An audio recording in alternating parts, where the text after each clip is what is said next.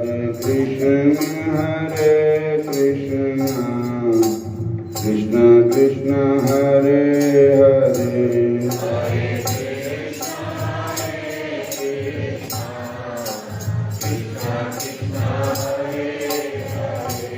Hare Ram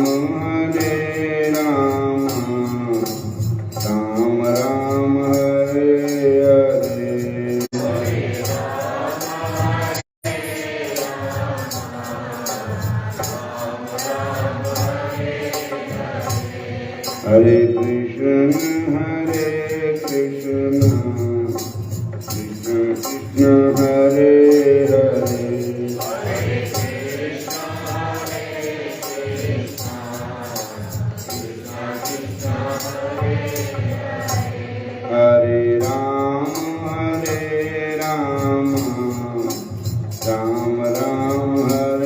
Hare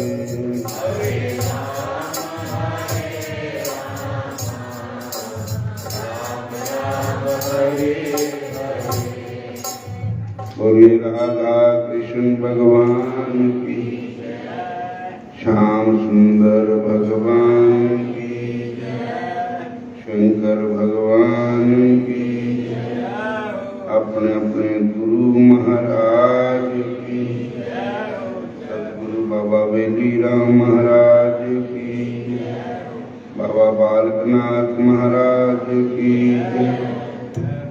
हरे कृष्ण हरे राम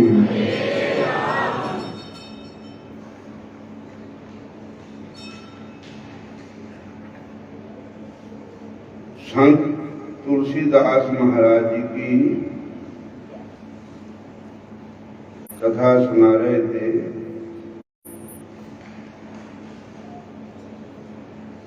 संत तुलसीदास महाराज जी को विठल दास जो पुष्टि मार्गीय महाप्रभु वल्लभाचार्य जी के पुत्र विठलनाथ गोस्वामी,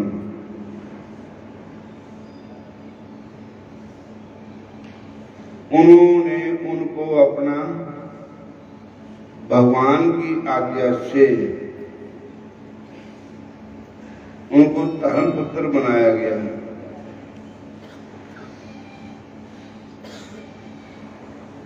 और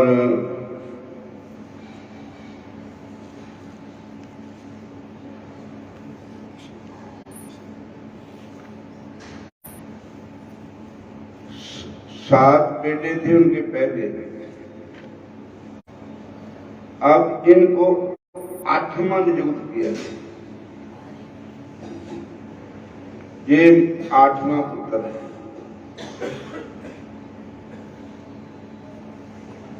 तो इनका नाम लाल जी या लालन जी रखा गया है।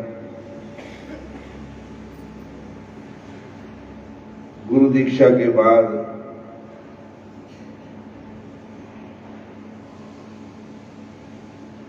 इनको 3 बार तो प्रत्यक्ष भगवान के दर्शन हुए। तुलसीदास जी को एक बार ठाकुर जी को भोग लगाने के समय ठाकुर जी ने इनके हाथों से भोग लगाया। हरे कृष्ण। एक दूसरी बार जब जतीपुरा में भगवान गोपाल जी जो श्रीनाथ जी भी जिनको कहते हैं, कृष्ण भगवान का नाम है, महाप्रभु वल्लभाचार्य जी के बेटे विठलनाथ गोस्वामी जी जतीपुरा में ठाकुर जी की सेवा करते थे। हरे कृष्ण। और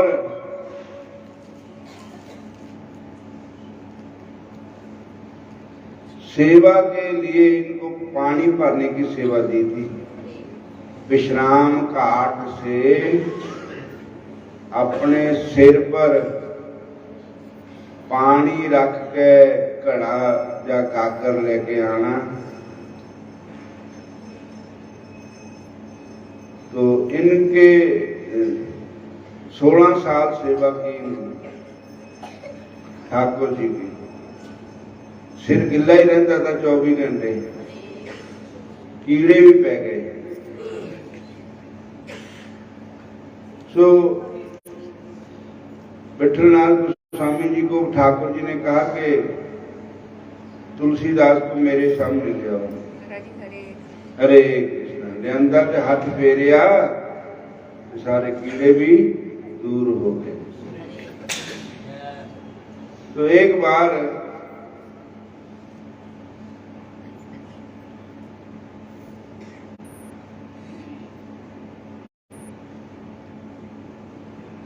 श्री नाथ जी महाराज बालक का रूप धारण करके रास्ते में पानी मांग रहे थे। मुझको पानी पिला दो, नहीं तो मैं मर जाऊंगा। तो पानी इन्होंने वही जो ठाकुर जी की सेवा के लिए पानी पिलाना लेके जा रहे थे, अभिषेक के लिए जल लेके जाते श्री विश्राम घाट जमुना जी से। तो उस समय ठाकुर जी बालक का रूप बना करके आ गए और कहने लगे मेरे को पानी पिलाओ। तो गिलास भांडा कोई बर्तन नहीं था पानी में, उंजल लाया ठाकुर जी ने पानी पीने के लिए।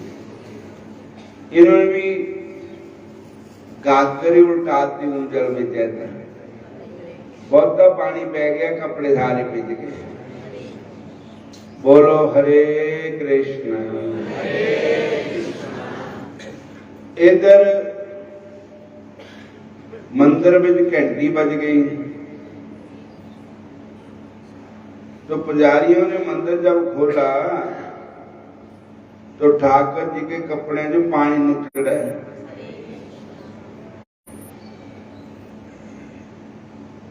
विठलनाथ गोस्वामी जी बोले जय जय प्रभु, अब कहाँ गए थे? तो ठाकुर जी बोले मैं तुलसीदास जी से जल पीने ले गया था।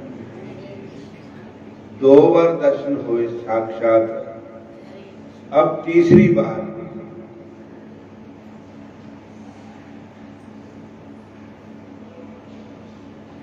इनके गुरु महाराज जी जो थे उन्होंने इनको चेला भी बनाया था, पुत्र भी बनाया हुआ था। तो जब विठलनाथ गोस्वामी जी ने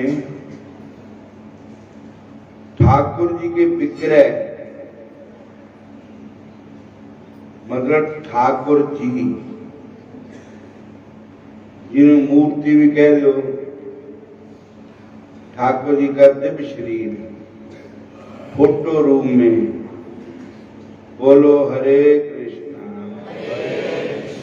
हरे कृष्णा हरे कृष्णा हरे राम।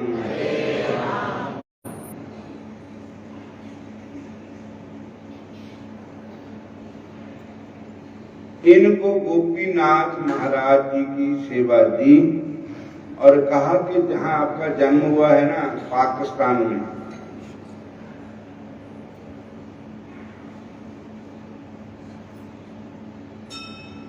वहां कृष्ण भक्ति के प्रचार नहीं है। आप वहां जाओ और वहां जाकर के भक्ति का प्रचार करो। तो ठाकुर जी अपने साथ ही ले चलो ठाकुर जी, क्योंकि भक्त भगवान के बगैर नहीं रह सकता, भगवान अपने भक्त के बगैर नहीं रह सकते। हरे कृष्णा। श्यामा तेरा मेरा प्यार कदे ना बदले, तेरा मेरा प्यार कदे ना बदले, श्यामा तेरा मेरा प्यार कदे ना बदले, श्यामा तेरा मेरा प्यार कभी न बदले। चाहे चंदा बदले, चाहे सूरज बदले, चाहे चंदा बदले, चाहे सूरज बदले। श्यामा तेरा मेरा प्यार कभी न बदले, श्यामा तेरा मेरा प्यार कभी न बदले। कृष्ण तेरा मेरा प्यार कभी न बदले, कृष्ण तेरा मेरा प्यार कभी न बदले।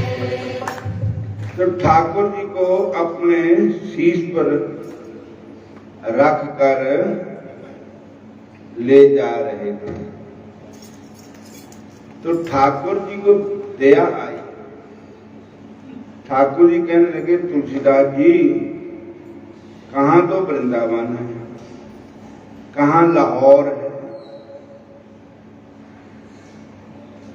तो आप मेरे को वहां ले जा रहे हैं तो आप थक गए होंगे। ऐसा करते हैं, मैं ना एक बालक रूप बना करके आपके साथ चलता हूं, भगवान ने कहा, और फिर मैं ठाकुर जी के विग्रह में प्रवेश कर जाऊंगा।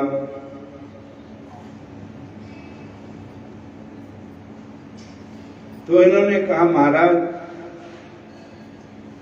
ये सेवा मेरे को रहने दो। कहने लगे, नहीं, मैं बालक रूप बना करके आपके साथ साथ चलूंगा। तो उन्होंने कहा, महाराज मैंने क्या पता, तुझे बड़े नाटक करता है कि ऐसा ना होगा। भगवान कहते पीछे मुड़ के नहीं देखना, मैं तेरे पीछे चलूंगा, तू मेरे मुरे चली, जिथे तो देख लिया उसे फिर नहीं जाना।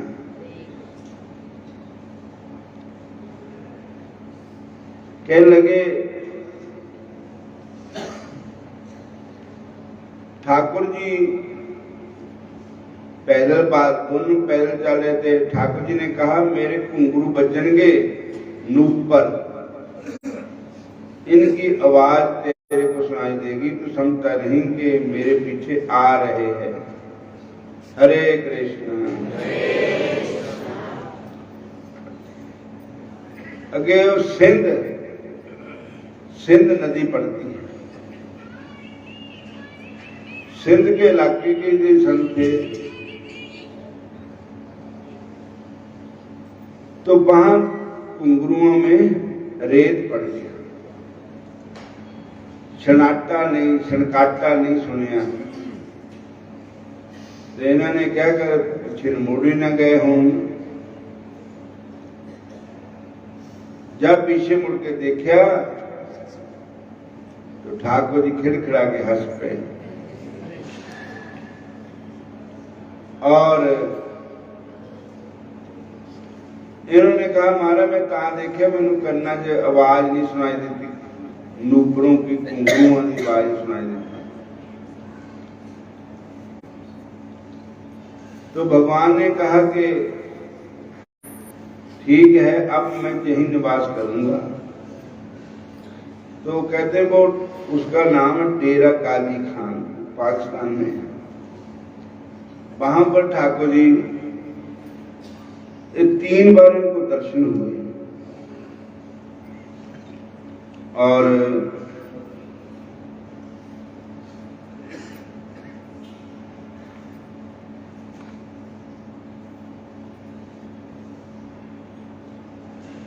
जब लाल जी सिंध नदी के किनारे चल रहे थे, तो एक स्थान पर जाकर नुपुरों की आवाज बंद हो गई।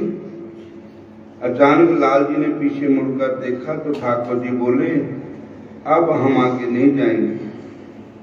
लाल जी ने कहा, प्रभु नुपुरों की आवाज बहुत करते हैं, नुपुरों की आवाज क्यों बंद हो गई? ठाकुर जी बोले, नूपुरों में रेत भर जाने के कारण आवाज बंद हो गई। जय स्थान मुझे मेरे ब्रज की याद दिला रहा है। सामने सिंधु नदी जमुना जी जैसी लग रही है, पीछे सुलेमान पर्वत गोवर्धन पर्वत के समान लग रहा हरी परी घास, काटी वृंदावन धाम है। इस स्थान का नाम डेरा गाजी खान है। लाल जी ने वहीं एक बगीचे में एक वृक्ष के नीचे ठाकुर गोपीनाथ को बुलाया। वहां बाग में बगीचा था, वहां उसमें ठाकुर जी को बिठा दिया वृक्ष के नीचे।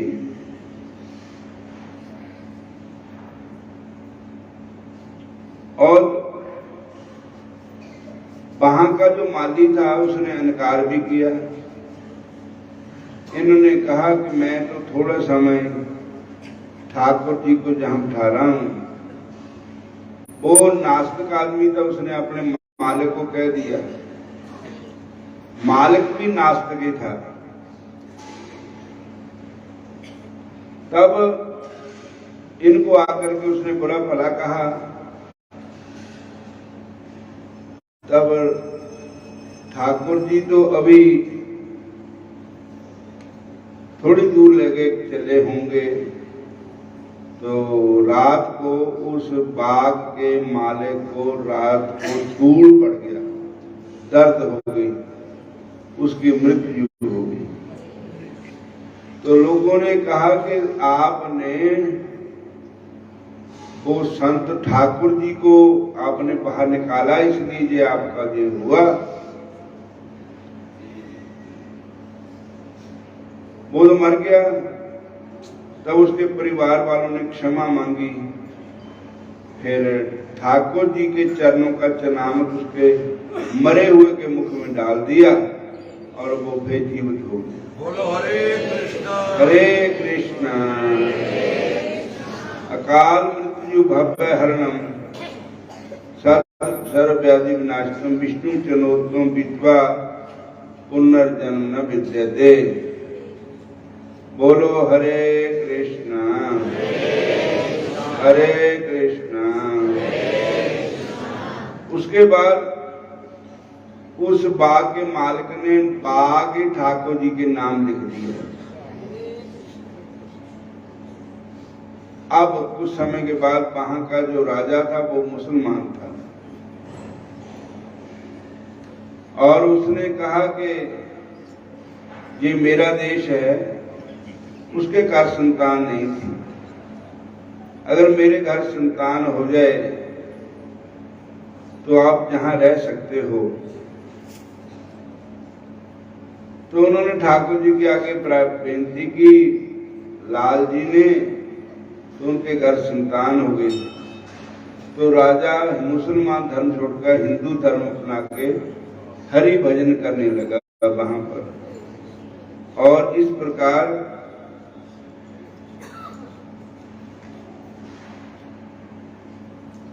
तीन चार बार दर्शन दिए ठाकुर जी ने। और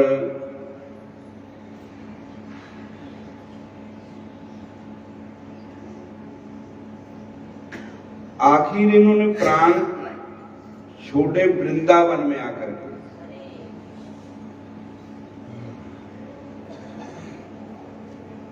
अंतिम लीला की कड़ी जानकर श्री राम वृंदावन में आ गए। 2 वर्ष तक वृंदावन में सुखन माता वाली गली में वास करते हुए लता पताओं में भजन किया। अंत में अपने पुत्रों को श्री राम वृंदावन बुलाकर नापाक उनके निकट एक सुंदर श्रीमद् भागवत सप्ताह का आयोजन रखा और स्वयं परीक्षित बनकर 7 दिन तक भागवत कथा सुनी।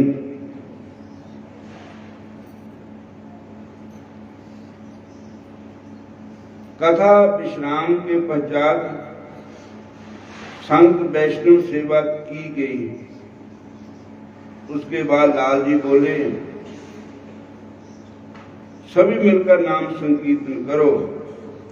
नाम संकीर्तन प्रारंभ हो गया। अपने बड़े पुत्र को अपनी चरण पादुका प्रदान किया और छोटे पुत्र को अपना दुशाला देते हुए कहा, इसका दाह संस्कार करना। संकीर्तन के मध्य खड़े होकर नृत्य करने लगे। उसी समय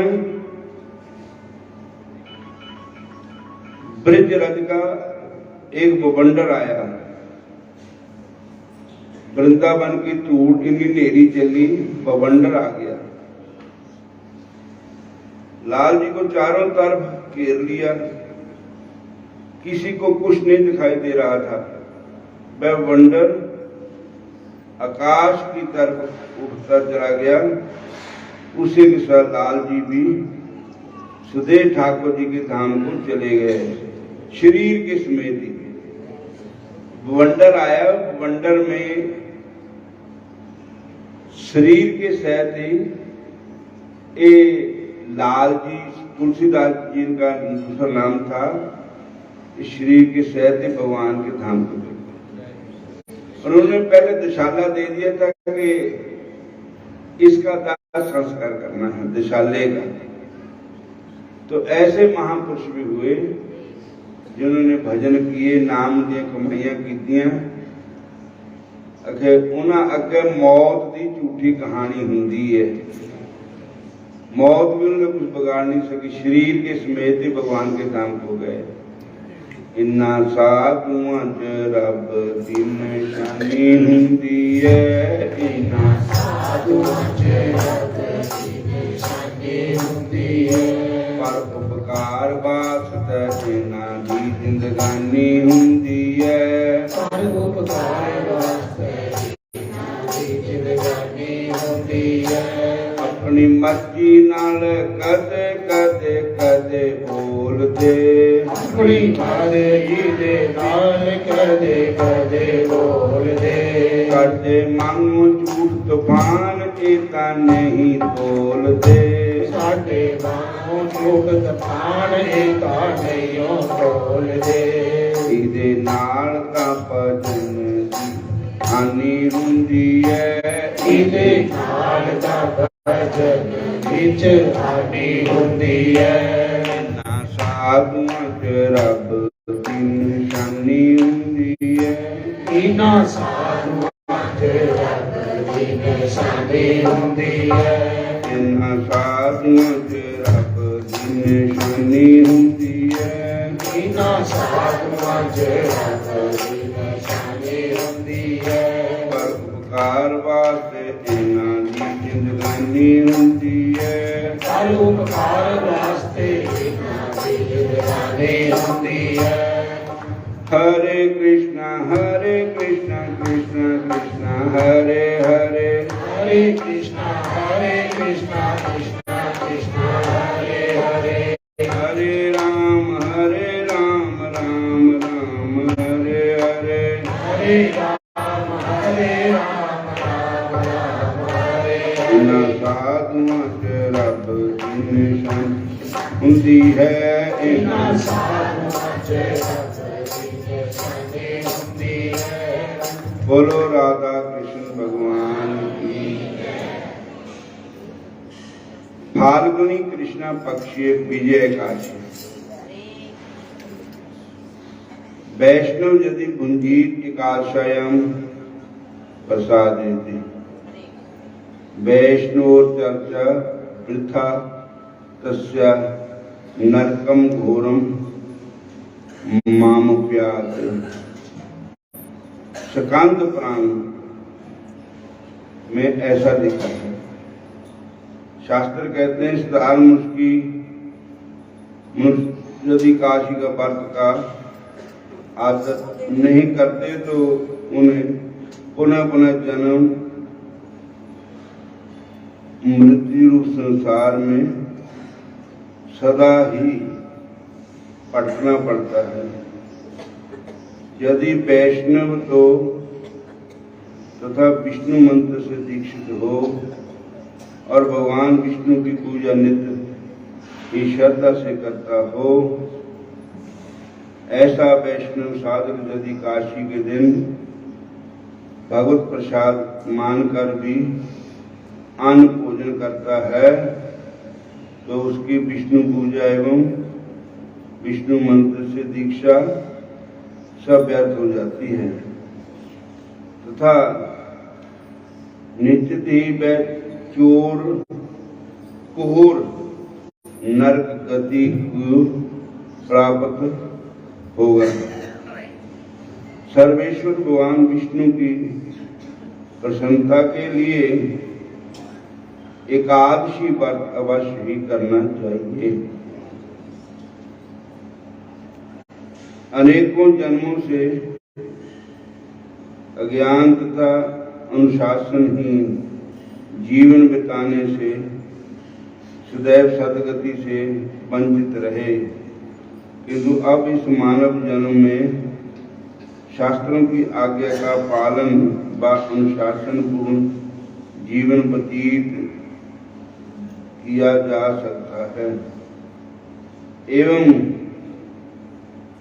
सदगति की प्राप्ति भी हो सकती है।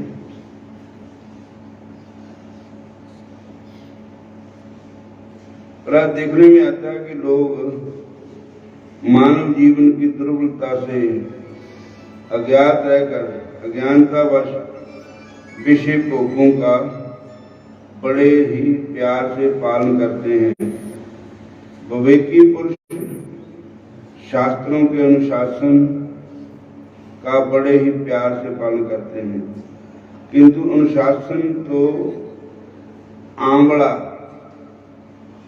की तरह है जो पहले कौड़ा कड़वा कसैला होकर बाद में उसका रस मीठा लगता है।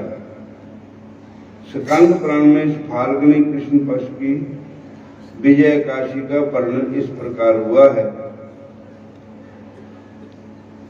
एक बार भगवान कृष्ण जी और राजा युधिष्ठिर जी आपस में बैठे थे, तो युधिष्ठिर जी ने भगवान श्री कृष्ण के चरणों में प्रार्थना की कि महाराज,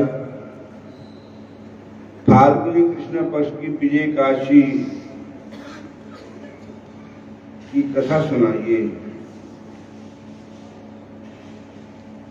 भगवान श्री कृष्ण विजय एकादशी की कथा कहते हैं, इस विजय एकादशी के व्रत का पालन करने से सारे पाप नष्ट हो जाते हैं।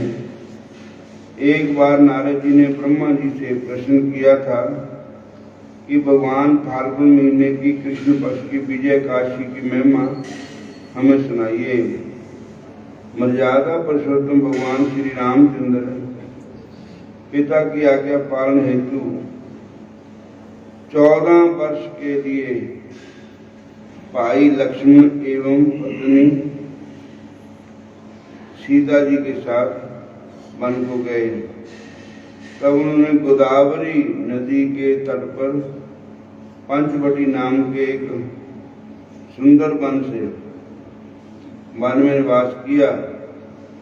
वहीं पर राक्षस राज रावण भगवान की अनपावनी भक्ति रूपी माता सीता का हरण करके लिए गया। तब भक्तवत्सल भगवान राम अपनी भक्ति रूपी सीता देवी के विरह में अत्यंत दुखी होकर जन जन में सीता की खोज करने लगे। तब मरणोन्मुखी पक्षीराज जटायु का भगवान से मिलाप हुआ। जटायु ने सीता हरण की सारी घटना बताकर भगवान राम जी की भगवान राम जी की कृपा प्राप्त करके श्री त्याग दिया। फिर भगवान राम सीता जी की खोज करने के लिए ऋषिमुख पर्वत पर गए और वानरराज सुग्रीव ने मित्रता की और सुग्रीव ने भगवान राम की मदद करने के उद्देश्य से अपनी 10 दिशाओं वानरों की सेना को भेजा। इतने में श्री हनुमान जी, उनमें से श्री हनुमान जी पक्षीराज संपाति के निर्देशानुसार समुद्र को लांघकर लंका में गए। वहां इन्होंने अशोक वाटिका में सीता जी से भेंट की। जानकी जी को विश्वास दिलाने के लिए भगवान राम जी के द्वारा दी हुई निशानी के रूप में उन्होंने अंगूठी समर्पित की। इसके बजाय लंका दहन, अक्षय कुमार पद आदि पराक्रम दिखाकर वापस भगवान राम के पास आए और भगवान का संपूर्ण वृत्तांत क्या सुनाया।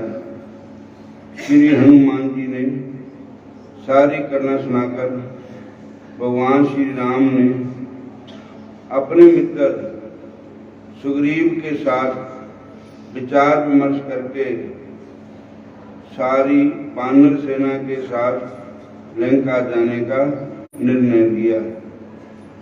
विशाल वानर सेना लेकर अपने भाई लक्ष्मण जी के साथ सागर तट पर पहुंचे। अपने भाई लक्ष्मण जी में से बोले कि हे सुमित्रा नंदन, बड़े बड़े भयानक जल जंतु तिमिंगल से पूर्ण भयंकर इस विशाल समुद्र को पार कैसे करें। तब लक्ष्मण जी ने कहा, हे प्राण पुरुषोत्तम, हे देवादिदेव भगवान राघवेंद्र प्रभु, इस द्वीप में बकदालप्य नाम के ऋषि रहते हैं,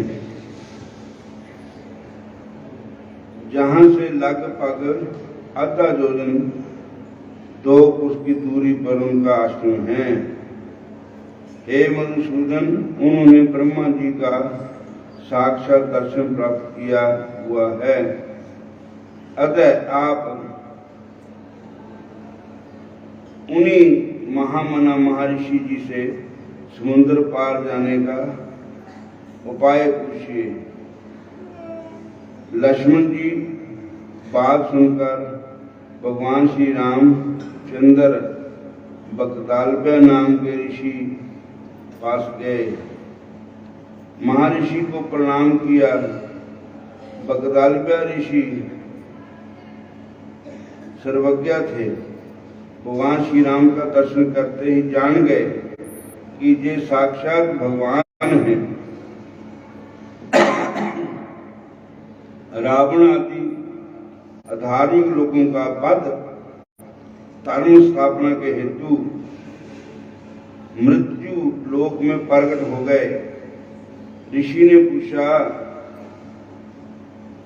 हे सर्वेश्वर धर्म संस्थापक श्री राम, आपका शुभ नाम किस कारण से हुआ है? मैं आपका क्या आपकी क्या सेवा कर सकता हूँ? आदेश कीजिए। भगवान श्री राम ने कहा कि हे ऋषिवर, दुष्ट रावण को युद्ध में पराजित करके तथा उनका वध करने के लिए मैं अपनी सैन्य वाहिनी लेकर समुद्र तट पर आया हूं, लेकिन मैं इस दुष्कर समुद्र को कैसे पार कर सकता हूं?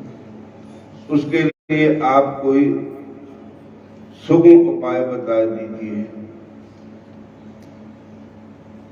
भगवान राम की बात सुनकर वह ऋषि बोले कि भगवान, मैं आप एक उत्तम व्रत के बारे में बताकर जिसके पालन करने से आपकी अवश्य विजय प्राप्त होगी तथा लंका पर विजय प्राप्त करके विश्व में अपनी पवित्र कीर्ति स्थापित करोगे। आप एकादशी व्रत को बड़े प्रेम से पालन करो। वह व्रत फाल्गुन महीने की कृष्ण पक्ष की विजय एकादशी के नाम से जाना जाता है। इस व्रत का पालन करने से आपको समुद्र पार करने में कोई कठिनाई नहीं होगी तथा आने वाले सभी विघ्नों का नाश हो जाएगा। इस व्रत का पालन करने का विधान सुनिए।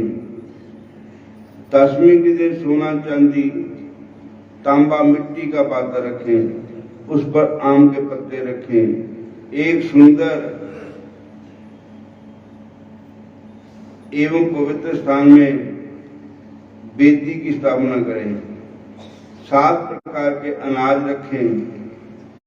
एक कलश को उस वेदी पर रखें। उस कलश के ऊपर स्वर्ण निर्मित भगवान नारायण की प्रतिमा रखें।